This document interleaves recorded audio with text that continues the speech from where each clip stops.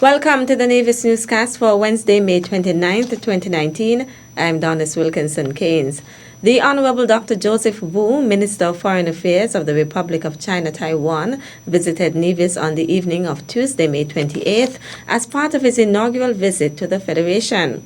The Honorable Dr. Wu and his wife, Mrs. Wu Yu Wu, along with a delegation from Taiwan's Ministry of Foreign Affairs and His Excellency Tom Lee, Ambassador of the Republic of China, Taiwan to St. Kitts and Nevis, were greeted on arrival at the water taxi pier at Orly Bay by St. Kitts and Nevis' Minister of Foreign Affairs, the Honorable Mark Brantley, who is also the Premier of Nevis, accompanied by his wife, Mrs. Sharon Brantley, and Latavia Powell of the St. James's Primary School.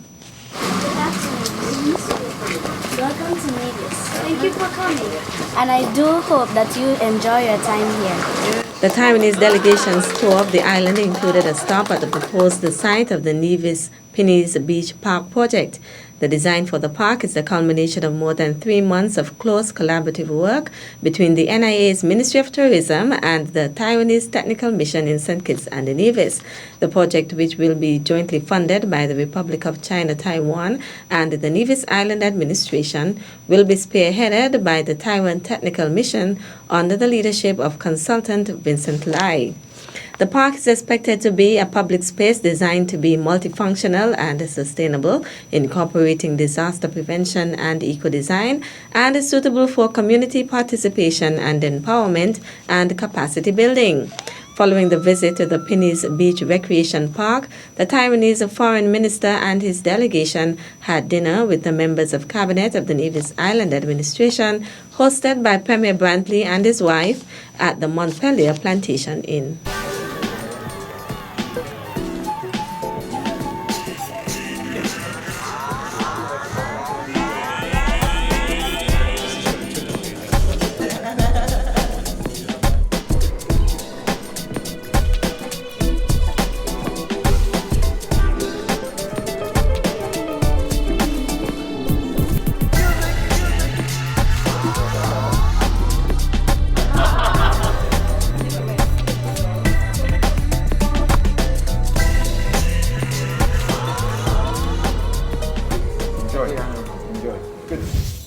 The visit to Nevis followed the Taiwanese Foreign Minister's arrival at the RLB International Airport in St. Kitts on Tuesday morning. He was greeted and welcomed at the private jet terminal Cayenne Jet by St. Kitts and Nevis' Minister of Foreign Affairs, the Honorable Mark Brantley, Permanent Secretary K. Bass, and other government officials. Your country and our country has enjoyed a tremendous relationship now for the past 35 years. And in fact, Taiwan was the first country to recognize St. Kitts and Nevis when we became independent in 1983 on the 19th of September. And that relationship has grown from strength to strength over those years. You have assisted us in terms of security, in terms of the development of our greatest resource, which is our human resource, our planning, our health sector. We have benefited in so many ways from this relationship, and we continue to seek to deepen this relationship that we have enjoyed and that we continue to enjoy. Just recently, at the World Health Assembly in Geneva, Switzerland, we had the benefit of speaking on behalf of Taiwan through our Minister of Health, the Honorable Eugene Hamilton. And I can assure you, Excellency, that Taiwan has a friend in St. Kitts and Nevis, and that we will continue to speak up and speak out that Taiwan ought not to be left out. So whether it's at the ICAO, whether it's at the World Health Assembly, whether it's at the United Nations or elsewhere, we will continue to be a voice, because we feel that Taiwan has an important contribution to make in the world, and we will continue to speak for on behalf of our dear friend, Taiwan. The Honorable Wu expressed his delight in being able to visit St. Kitts and Nevis, and he shared similar sentiments with regards to the strong relationship between the two countries.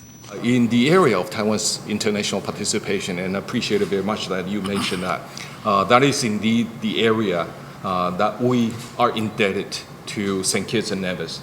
The reason is because Taiwan has been isolated internationally. And fortunately, we have a friend, a very good friend like Minister Brantley, and the country like St. Kitts and Nevis, who always speak out on behalf of Taiwan.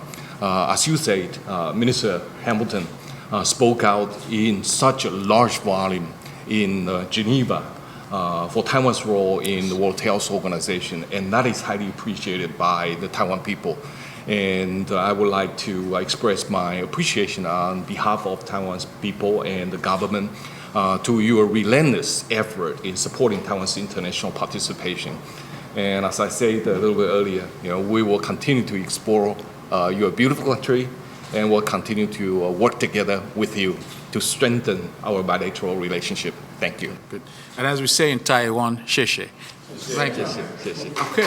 Foreign Affairs Minister Wu also paid a courtesy call on Governor General, His Excellency Sir Tapley Seaton, and met with Prime Minister, the Honorable Dr. Timothy Harris, as well as other federal cabinet members. The Honorable Dr. Wu and his delegation also visited the Brimstone Hill Fortress and the National Park. This morning, Wednesday, May 29th, the Taiwanese Foreign Minister departed Nevis via the Vance W. Amory International Airport for St. Vincent. He said he had a fantastic time in St. Kitts and Nevis and cannot wait for his next visit to the Federation.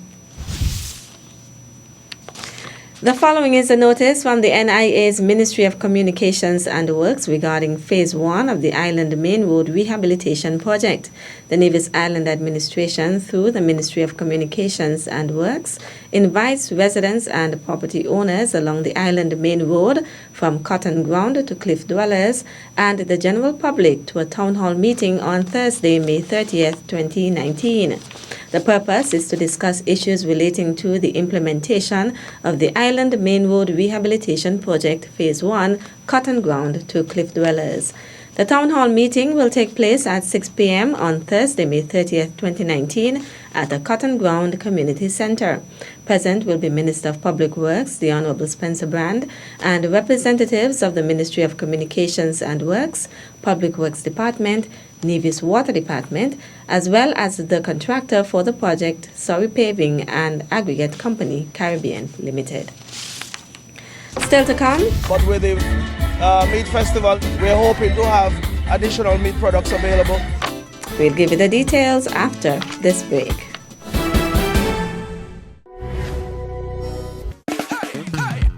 Jump up, free up, bet up, no standing up. Love, passion, pride, culture, I'm a 45, yeah. Music, folklore, pageants, and so much more. Love, passion, pride, culture, I'm a 45. Join us from July 25th to August 6th for the Caribbean's greatest summer line. It's Culturama 45. Love, passion, pride, Culturama 45. Love, passion, pride, Culturama 45. Love, passion, pride, Culturama 45. Yeah. Love, passion, pride, Culturama 45. Welcome back. The objective of the Agriculture Awareness Month of activities have been met, so says Minister of Agriculture, the Honorable Alexis Jeffers. I do believe thus far we have achieved our objective in terms of staying significant and staying, on the lips of the people of Nevis in terms of keeping agriculture going. I believe it will continue to grow with these new initiatives, this one, and also, for example, next week, Friday, when we have the Meat Festival. These are the kind of new initiatives we want to introduce as we go along. In the past, we did the Pork Festival, which was somewhat one-dimensional in terms of the type of meat product. But with the Meat Festival, we're hoping to have additional meat products available. And then next year, of course, based on what happened this year, we can always come up with new and more valuable ideas next year so as to keep the momentum going. Minister Jeffers was speaking at the Department of Agriculture's first hosting of Farmers Market at the top of Government Road on Friday, May 24th. Director of the Department of Agriculture, Randy Elliott, outlined the general idea behind the Farmers Market. It started with a conversation with some farmers last year on our 24th Agriculture Open Day in terms of what is it the department can do to ensure that the general public is able to continue to see who our farmers are, able to interact with the persons who are producing our food. And the questions were asked of one or two farmers that if we have something like this, would they support it? And they said yes. When we had discussion and when the idea was further thrown, we had a little upcast in terms of whether we should do it early morning, which is the norm, or whether we should do it in the evening. I think it was just about 2 weeks ago we actually decided, okay, yes, we're going to do it in the evening, we're going to do something different. Agriculture Awareness Month of activities continue with the final edition of Eat Local Thursday, which will take place tomorrow, May 30th at Taste of Eden. This week's Eat Local Thursdays is at the Taste of Eden.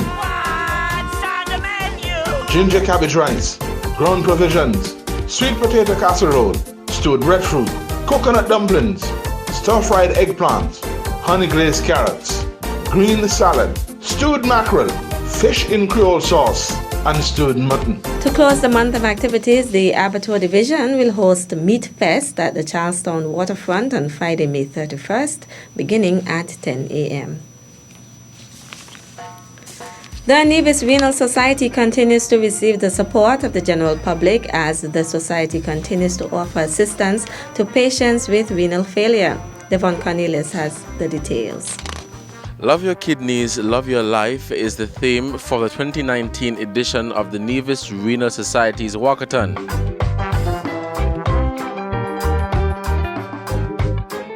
More than 180 persons participated in the exercise, an increase from last year. Nevis Renal Society, which was founded in November 1999, has been facilitating the walk for the last 7 years to assist patients with kidney-related illnesses and their families with some of the expenses of care and as a fundraiser for the eventual establishment of a dialysis center on Nevis. Amongst patrons and supporters of the Nevis Renal Society was Junior Minister of Health, the Honorable Hazel Brandy Williams. Annually, the Renal Society organizes a walk, and so this year we have seen an excellent turnout, and I think the function is growing by leaps and bounds over the last years.